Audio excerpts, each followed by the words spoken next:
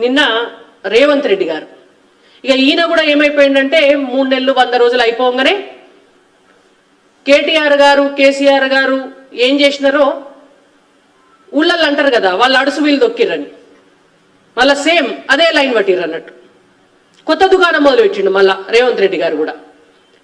నరేంద్ర మోడీ గారు ఏం చేసినారు, పెళ్లి పెద్దను చూసి మాకు ఓటేయండి అని అడుగుతున్నారు బీజేపీ వాళ్ళు అని. అయ్యా రేవంత్ రెడ్డి గారు మీకు ఒక విషయం చెప్తున్నాం మేము, తెలంగాణ సంస్కృతిలా తెలంగాణలే కాదు నాకు తెలిసి భారతదేశం మొత్తం కూడా గట్లనే చూస్తారు కావచ్చు. ఎవరికన్నా పెళ్లి చేయాలంటే అటేడు తరాలు ఇటేడు తరాలు చూసే పెళ్లి చేస్తారు. తల్లి తరపు తండ్రి తరపు వాళ్ళ పెద్దోళ్ళు ఎవరు, వాళ్ళకి దిక్కేవాళ్ళు, పైనున్నోళ్ళు మంచిగా ఉంటే ఇంట్లో ఉన్నటువంటి పిల్లలందరూ కూడా మంచిగా ఉంటారు. మా పిల్లని ఇస్తే ఆ పిల్ల కూడా పోయి సుఖంగా బతుకుతుంది, ఆ పిల్లకి ఏమన్నా కష్టం వస్తే ఇంటి పెద్ద చూసేటోడు మంచిగా ఉండాలి, బాధ్యతాయుతమైనటువంటి వ్యక్తి ఉండాలి అని చెప్పి అటేడు తరాలు ఇటేడు తరాలు చూసే పెళ్లి చేస్తారు. బట్టి పెళ్లి పిల్లగాన్ని చూసి పెళ్లి చేయరు. అది మీరు మొదలు తెలుసుకోవాలి. కాబట్టి ఇవాళ మేము బాగా చెప్తా అడుగుతున్నాం, మా నరేంద్ర మోడీ గారిని చూసే ఓటేయమని అడుగుతున్నాం. మాకేం అందులో సంశయం లేదు.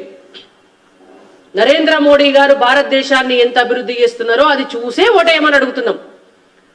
నరేంద్ర మోడీ గారు తెలంగాణకు ఈ 10 సంవత్సరాలల్లో 10 లక్షల కోట్ల రూపాయలు ఇచ్చి తెలంగాణను అభివృద్ధి చేసిండ్రు కనుకనే ఓటేయమని అడుగుతున్నాం.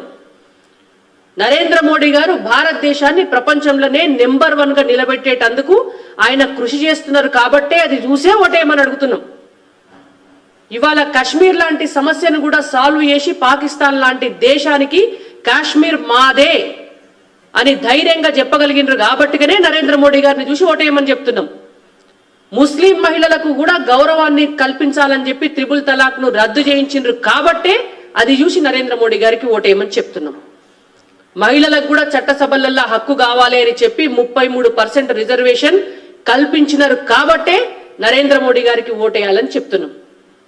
తెలంగాణ రాష్ట్రంలో ఏ పల్లెకు పోయినా ఆ పల్లెలో ఒక శ్మశాన వాటిక కట్టినా, ఆ పల్లెలో ఒక రోడ్ వేసినా, రేషన్ బియ్యం ఇచ్చినా, బస్తీ దవాఖానాలు నడిచినా, ఆ పల్లెల్లో ఉన్నటువంటి బళ్ళల్లో మధ్యాహ్న భోజన పథకం పెట్టినా, ఇళ్లకు ఉజ్వల గ్యాస్ కనెక్షన్లు ఇచ్చినా, ఇళ్లలో ఉన్నటువంటి టాయిలెట్లు కట్టినా, ముద్రా లోన్లు ఇచ్చినా, ఏది చేసినా ఆ అభివృద్ధి అనేటువంటిది నరేంద్ర మోడీ గారి వల్లనే బీజేపీ వల్లనే జరిగింది కాబట్టిగానే అది చూసే ఓటేయమని మేము అడుగుతున్నాం.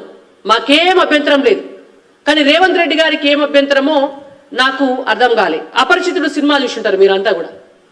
అపరిచితుడు సినిమాలో ఏంటంటే క్యారెక్టర్ మారుతుంటది, హీరో కాసేపు ఒక తీరుంటాడు, కాసేపు